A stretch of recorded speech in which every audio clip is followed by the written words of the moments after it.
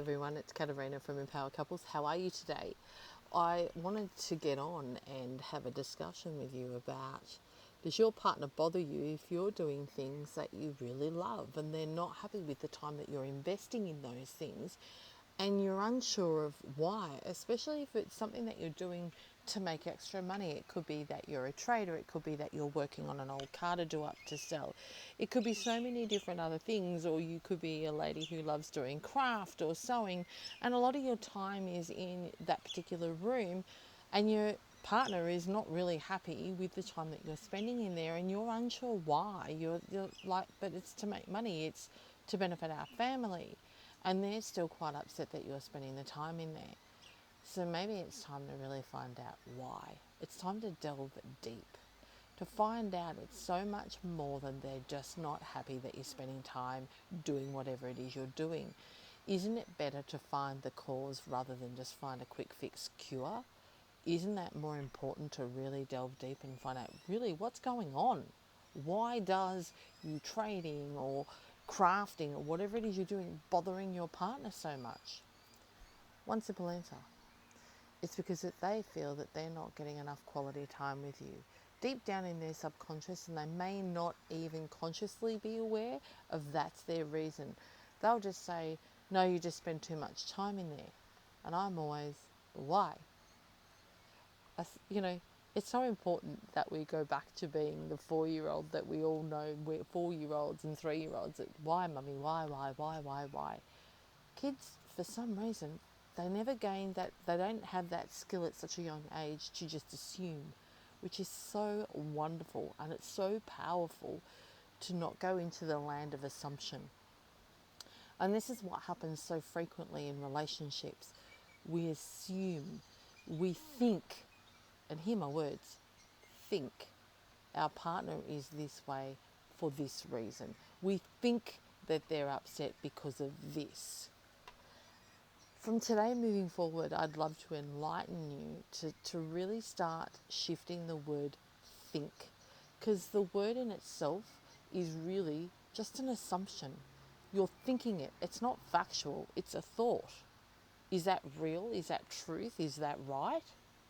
No. You're thinking that. So when you shift, and rather than think it, which is an assumption, just go out and ask your partner exactly why does what you're doing bother them or upset them. Isn't that the easiest way to do things? Rather than just assume or think, oh yeah, my wife gets like that because I think she just gets cheese because I spend too much time in the computer. I think my husband gets upset because... Stop thinking. Ask the question, why? And if they say, I don't know, then ask them. Then if they don't know, then why does it bother them? They do know. It's that they're not delving deep enough to really find the answer. It's so important. And most of the time, I'm going to say 95% of the time will be for one reason and one reason only. The fact that the quality time that they get with you, and maybe they don't even get any quality time with you, that's number one. Generally, that is the source, is that they don't feel like they matter to you, or they don't feel like they're important. They don't get enough of one-on-one time with you, but all of you, not where your thoughts are thinking about what you're going to do tomorrow, or you've got your phone in your hand and you're still scrolling, or the TV's still on in the background and you're still taking note of that. That's not 100% quality time. Quality time is spending time with each other where you're both 100% present with no distractions. And that's lacking a lot in so many relationships. And for those of you who feel that, and it may feel that you feel like you come down the run, if there is something that your partner's doing and you feel that they put that above you, that's generally because you feel that the time that you get with them is not quality time. They're not making you feel like you matter to them. And I use that word. It's not saying that they don't love you. It's just my terminology. But it's really important. It's part of our human makeup that we need to feel like we're number one with someone, especially with our partner. That's imperative. And you may not feel comfortable admitting that or owning that, but really, it's our truth. I'm only too happy to say, Yeah, I do like to feel like I'm number one to Darren. Why shouldn't I? When we first met, I was.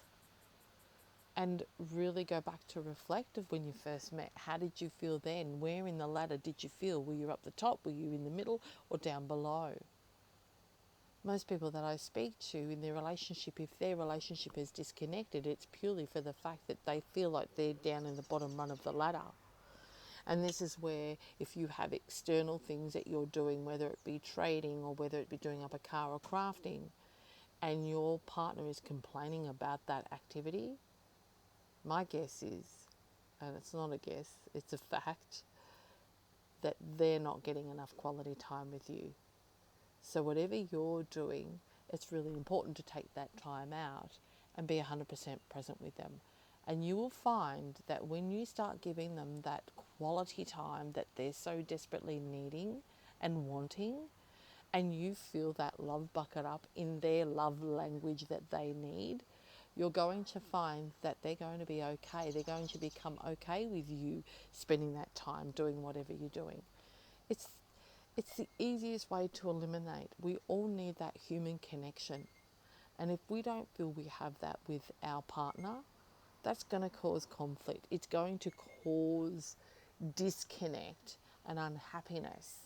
And hence why there could be this bit of disconnect and frustration in your relationship.